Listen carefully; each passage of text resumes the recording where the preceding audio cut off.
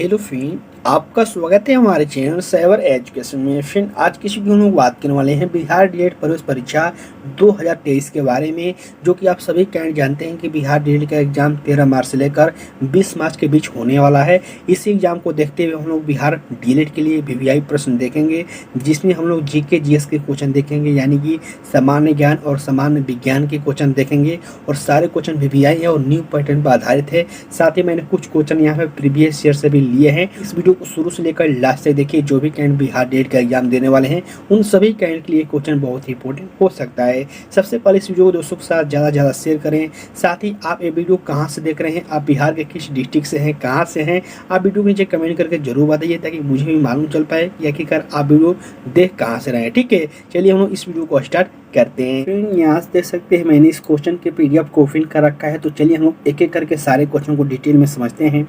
इससे पहले आपसे रिक्वेस्ट है कि इस वीडियो को शुरू से लेकर लास्ट तक देखें, और वीडियो समाप्त हो जाने के बाद कमेंट बॉक्स में आप अपना स्कोर जरूर शेयर करें कि आखिरकार आपने कितने क्वेश्चन का राइट आंसर दिया हुआ है। ठीक है, पहला क्वेश्चन यहाँ पे देखिए मेंशन किया गया है, सभी सजीव जीवों को विटकर ने 1969 में कितने भागों में बांटा था, ये आपको बताना है। हालांकि यहाँ पे क्वेश्चन थोड़ा लॉन्ग किया गया है, जो कि मैं पढ़ देता हूँ। प्रस्तावित प्रणाली के तहत कितने समूह में वर्गित किया जाता है या फिर किया गया था, ये आपको बताना है। ठीक है, तो ये जो क्वेश्चन है बहुत ही फेमस है, बहुत सारे अलग अलग एग्जाम में पूछा जा चुका है कि विटकर ने 1969 ईस्वी में ये कितने वर्गों में बांटा था। तो ये जो इसका राइट आंसर होगा क्या होगा, आप बताइए। ऑप्शन देख सकते हैं 1, 3, 7, 5।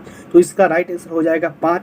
विटकर ने आपको 1969 ईस्वी में 5 भागों में बांटा था, जो कि यहाँ से डी ऑप्शन बिल्कुल राइट आंसर हो जाएंगे। ठीक है, जो 5 जगत बांटे गए थे या फिर 5 समूह में बांटा गया था, वो कौन कौन से हैं, तो मैं आपको यहाँ पे थोड़ा बताता हूँ इनके बारे में। मनोरा हो गया, पुरिस्टिटा हो गया, पादक, जंतु, ये 5 ऐसे आपको जगत हैं जो कि इनमें बांटा गया था। ठीक है, साथ ही इस क्वेश्चन से एक बात और आपको याद रखना चाहिए, जो कि बार बार पूछा जाता है कि आधुनिक वर्गीकरण के जनक किसे माना जाता है।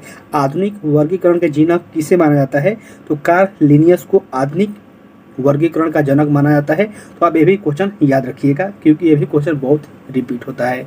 नेक्स्ट क्वेश्चन यहाँ देखिए मेंशन किया गया है, 2016 के ओलंपिक खेलों में पुरुषों की 100 मीटर स्प्रिंट गोल्ड प्रतिष्ठा में किसने जीती थी, ये आपको बताना है। अब बहुत ऐसे कैंडिडेट हैं जिनके मन में डाउट होगा कि सर 2016 का क्या ओलंपिक पूछेगा। जी हाँ, बिल्कुल पूछेगा। जो ओलंपिक वाले क्वेश्चन होते हैं कभी भी काफ़ी पूछा जा सकता है। हालांकि जो अभी 2020 का ओलंपिक हुआ है ये आपके लिए इम्पोर्टेंट है, लेकिन जो पिछला ओलंपिक हुआ है वो भी आपके लिए इम्पोर्टेंट है। ठीक है, तो इसका राइट आंसर क्या होगा, तो इसका राइट आंसर हो जाएगा हुसैन बोल्ट। ठीक है, हुसैन बोल्ट ने ये आपको जीता था, जो कि यहाँ से ये ऑप्शन बिल्कुल राइट आंसर हो जाएंगे। साथ ही आपको याद होना चाहिए कि 2016 का जो ओलंपिक हुआ था ये कहाँ हुआ था, तो ये आपको रियो में हुआ था, जो कि ब्राज़ील में स्थित है। ठीक है, साथ ही आपको ये भी याद होना चाहिए कि जो अभी 2020 का जो ओलंपिक हुआ है, जो कि टोक्यो में हुआ है, तो इसका भंकर क्या था, मिराई तोबा था।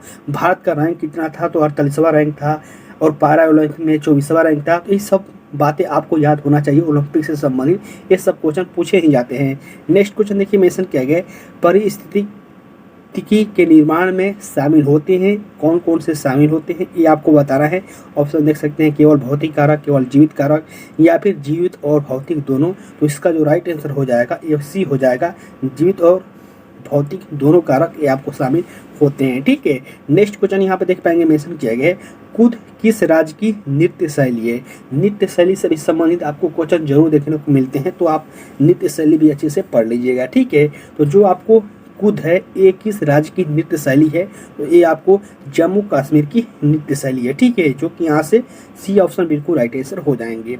साथ ही आपको याद रखना होगा कि और बहुत सारे जो इम्पोर्टेंट नृत्य शैलियाँ हैं, जैसे कि हम लोग बात करें गरबा, डांडिया, ये सब जो नृत्य शैलियाँ हैं ये गुजरात की नृत्य शैलियाँ हैं। वही हम लोग बात करें कथकली, मोहिनीअट्टम, एक केरल की ये आपको प्रसिद्ध नृत्य शैलियाँ हैं। इसी तरह से आपको बहुत सारा नृत्य शैलियाँ हैं जो कि आपको याद होना चाहिए, जैसे कि कुचिपुड़ी हो गया, ये आपको आंध्र प्रदेश की है। तो ऐसे करके आपको बहुत ऐसे ऐसे नृत्य शैली हैं जो कि आपको बिल्कुल याद होना चाहिए। यहाँ से क्वेश्चन बनते ही बनते हैं।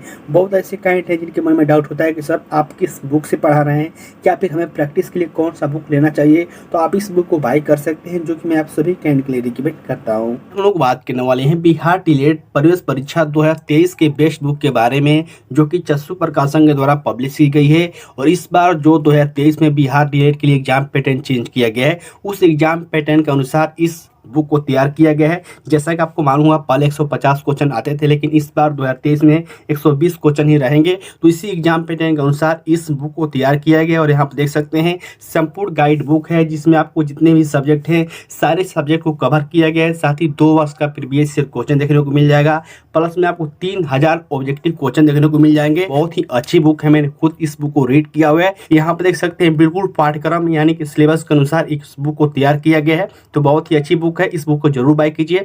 वीडियो के डिस्क्रिप्शन बॉक्स में आपको लिंक देखने को मिल जाएगी। नेक्स्ट क्वेश्चन यहाँ पे देखिए मेंशन किया गया है, मनुष्य में आमतौर पर गुणसूत्रों के जोड़ों की संख्या कितनी होती है, ये आपको बताना है। बहुत ही इजी क्वेश्चन है, लेकिन बहुत सारे अलग अलग एग्जाम में पूछा जा चुका है।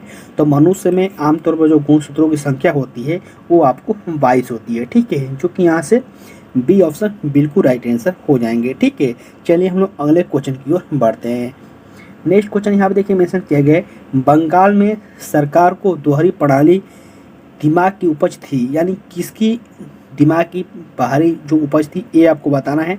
ऑप्शन देख सकते, Lord Hastings, Lord Clive, Lord Ripon या फिर लॉर्ड कॉर्नवालिस। ठीक है, तो जो इसका राइट आंसर होगा क्या होगा, ये हो जाएगा लॉर्ड क्लाइव। ठीक है, जो कि यहाँ से सी ऑप्शन बिल्कुल राइट आंसर हो जाएंगे। और यहाँ से भी क्वेश्चन बिल्कुल आपको पूछे जाते हैं।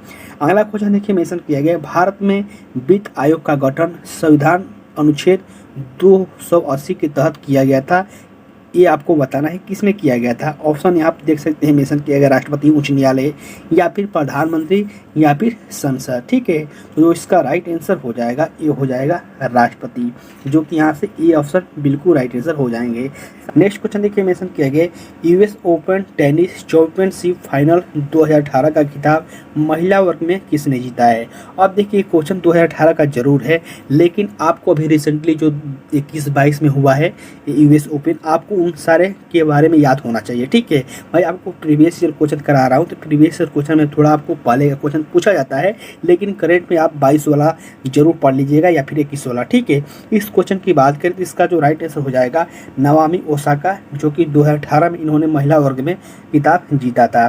नेक्स्ट क्वेश्चन देखिए मेंशन किया गया, अयोध्या पहाड़ किस राज्य में स्थित है, ये आपको बताना है। ठीक है, अब देखिए बहुत सारे कैंडिडेट हैं अयोध्या देखेंगे तो फटाफट उत्तर प्रदेश पर क्लिक कर देंगे, वो अयोध्या है। ठीक है, अयोध्या नहीं है। ठीक है, यहाँ पे पूछा गया अयोध्या और अयोध्या में बहुत ही अंतर है।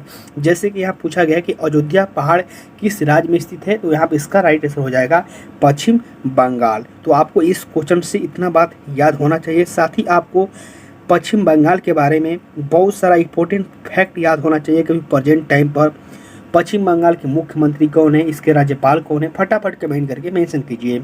नेक्स्ट क्वेश्चन देखिए मेंशन किया है, ओडिसी नृत्य का पूर्ववर्ती रूप क्या है, यानी कि ओडिसी नृत्य है, इसे पूर्व में किस नाम से जाना जाता था, ये आपको बताना है। ऑप्शन देख सकते हैं भांगड़ा, भारतनाट्यम या फिर कुचिपुड़ी या फिर कोतीपुआ। तो आप इसको ऑप्शन के अनुसार ही छाड़ सकते हैं। भांगड़ा ये तो आपको पंजाब का है, भारतनाट्यम ये आपको तमिलनाडु का है, कुचिपुड़ी ये भी मैंने कुछ देर पहले बताया आंध्र प्रदेश का है। ऑप्शन एक ही बच गया जो कि है कोतीपुआ, यहाँ से सी ऑप्शन बिल्कुल राइट आंसर हो जाएंगे। अगर आपको आंसर याद भी नहीं है तो आप ऑप्शन के अनुसार भी इसको छाड़ सकते हैं, जैसे कि मैंने आपको यहाँ पे कर बताया। नेक्स्ट यहाँ देखिए मेंशन किया गया पूर्व मुख्य आर्थिक सलाहकार, आर्थिक होना चाहिए, आर्थिक सलाहकार अरविंद सुब्रमण्यम ने हालिया कार्यालय की अवधि क्या थी, ये आपको बताना है। यानी कि जो इनका अवधि था वो कितना था, ये आपको बताना है। तो इनका जो अवधि है 2014 से लेकर 2018 तक था, जो कि यहाँ से बी ऑप्शन बिल्कुल राइट आंसर हो जाएंगे। अगला क्वेश्चन यहाँ पे देखिए मेंशन किया गया, भारत के केंद्र शासित प्रदेश का गठन इसलिए किया गया क्योंकि हुए, यानी कि आपको बताना है कि भारत में जो केंद्र शासित प्रदेश हैं उनका गठन किस लिए किया जाता है, ये आपको बताना है। ऑप्शन देख सकते हैं, मेंशन किया गया है राज्य बनाने के उनका जनसंख्या घनत्व बहुत अधिक हो, या फिर राज्य बनाने के लिए बहुत छोटे प्रांत। तो इसका राइट आंसर हो जाएगा, ये हो जाएगा बी ऑप्शन। ठीक है, राज्य बनाने के लिए बहुत छोटे प्रांत।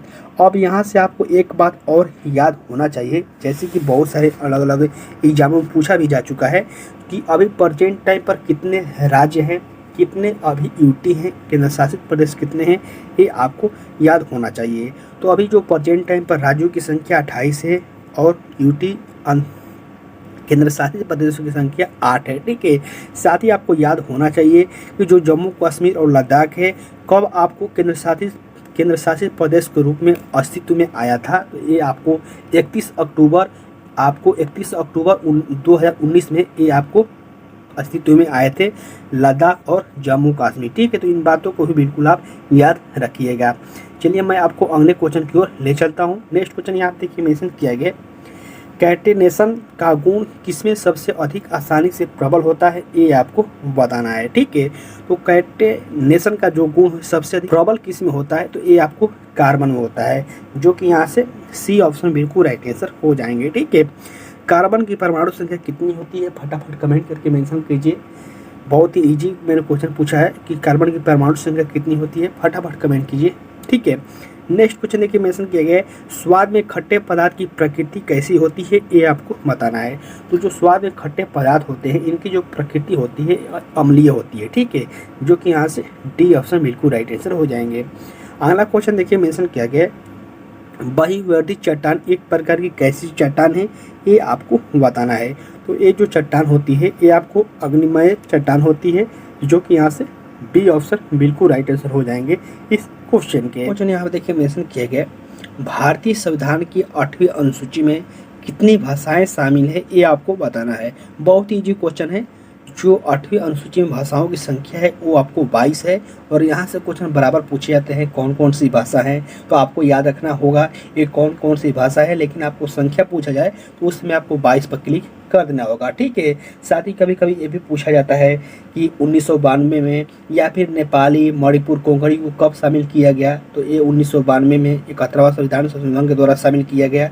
तो ऐसे करके आपको पूछा जाता है कि इस भाषा को कब जोड़ा गया, तो इसको आप अच्छे से जरूर पढ़िएगा। ठीक है, अगला क्वेश्चन देखिए मेंशन किया गया, एक यंत्र जिसका उपयोग परिपथ में विद्युत धारा को मापने के लिए किया जाता है, वो क्या कहलाता है, ये आपको बताना है। ठीक है, तो विद्युत धारा का मापने के लिए मैंने आपको पिछले वीडियो के माध्यम से बताया था, अमीटर होगा, और वहीं हम लोग बात करें इसके उपस्थिति का ज्ञात करना हो तो गैल्वेनोमीटर पर क्लिक करेंगे, मैंने आपको पिछले वीडियो के माध्यम से बता रखा है। नेक्स्ट क्वेश्चन देखिए मेंशन किया गया है, किस भारतीय प्रधानमंत्री की मृत्यु भारत के बाहर हुई थी, ये आपको बताना है। ये क्वेश्चन बहुत ही इंपॉर्टेंट है, बहुत सारे अलग अलग एग्जाम में पूछा जा चुका है। तो भारत के जो प्रधानमंत्री थे जो कि मृत्यु इनकी भारत से बाहर हुई थी, ये थे आपको लाल बहादुर शास्त्री। ठीक है, इनकी मृत्यु हुई थी कहाँ, ये आपको बताना है। इनकी जो मृत्यु हुई थी आपको भारत से बाहर हुई थी, जो कि उज्बेकिस्तान की राजधानी ताशकंद में हुई थी। ठीक है, जो कि यहाँ से बी ऑप्शन बिल्कुल राइट आंसर हो जाएंगे। साथ ही आपको याद रखना होगा कि लाल बहादुर शास्त्री को गुदड़ी का लाल भी कहा जाता था, और इनका जो एक प्रसिद्ध नारा है लाल बहादुर शास्त्री का, जय जवान जय किसान। ठीक है, तो आपको ये भी बात याद होना चाहिए, क्योंकि यहाँ से भी क्वेश्चन पूछे जा सकते हैं। नेक्स्ट क्वेश्चन देखिए मेंशन किया गया, भारत में सभी औद्योगिक उत्पादों के लिए कौन सी गुणवत्ता का प्रतीक है, तो ये हो जाएगा, इसका जो राइट आंसर हो जाएगा, ये हो जाएगा ISI। ये मार्क होता है जो कि गुणवत्ता की प्रतीक होता है। यहाँ से डी ऑप्शन बिल्कुल राइट आंसर हो जाएंगे। नेक्स्ट क्वेश्चन हम देखते हैं, 2017 में मलयालम के लिए साहित्य अकादमी पुरस्कार किसे सम्मानित किया गया था, ये आपको बताना है। तो ये आपको सम्मानित किया गया था KP रामानुनी को। ठीक है, और मैं आपको बता दूं कि जो करंट का क्वेश्चन है, इसको अगर आप ध्यान नहीं भी देंगे, ये जो मैं वीडियो करा रहा हूँ उसमें चल जाएगा, क्योंकि करंट का क्वेश्चन यहाँ पुराना है, क्योंकि मैं प्रीवियस ईयर क्वेश्चन करा रहा हूँ। तो आपको अभी प्रेजेंट टाइम पर जो करंट चल रहा है उसको जरूर पढ़ना चाहिए। हालांकि जो मैं अभी क्वेश्चन करा रहा हूँ इसमें करंट आपको ज़्यादा ध्यान देने की जरूरत नहीं है। नेक्स्ट क्वेश्चन देखिए मेंशन किया गया है, चौरी चौरा कांड किस आधुनिक राज्य क्षेत्र में हुआ था, ये आपको बताना है। तो आप सभी कैंड इस क्वेश्चन से परिचित होंगे। 5 फरवरी 1922 ईस्वी में चौरी चौरा की जो कांड हुई थी ये उत्तर प्रदेश के गोरखपुर में, जो कि यहाँ से बी ऑप्शन बिल्कुल राइट आंसर हो जाएंगे। और आपको याद होगा इस घटना के बाद महात्मा गांधी ने असहयोग आंदोलन वापस ले लिया था, जो कि ये भी क्वेश्चन बार बार पूछा जाता है, तो आप इसको भी याद रखिएगा। नेक्स्ट और लास्ट क्वेश्चन मेंशन किया गया, भारत में उपनिवेश विरोधी आंदोलन के बढ़ने का परिमाण क्या था, ये आपको बताना है। ठीक है, तो जो भारत में उपनिवेश विरोधी आंदोलन का बढ़ने का परिमाण था वो था एकता, जो कि यहाँ से डी ऑप्शन बिल्कुल राइट आंसर हो जाएंगे। तो फ्रेंड आज का वीडियो थोड़ा लंबा जरूर हो चुका है, लेकिन मैंने आपको हर क्वेश्चन संबंधी इंपॉर्टेंट फैक्ट बताए हैं और सारे क्वेश्चन इंपॉर्टेंट थे। तो आप वीडियो के नीचे कमेंट करके अपना स्कोर जरूर शेयर कीजिएगा।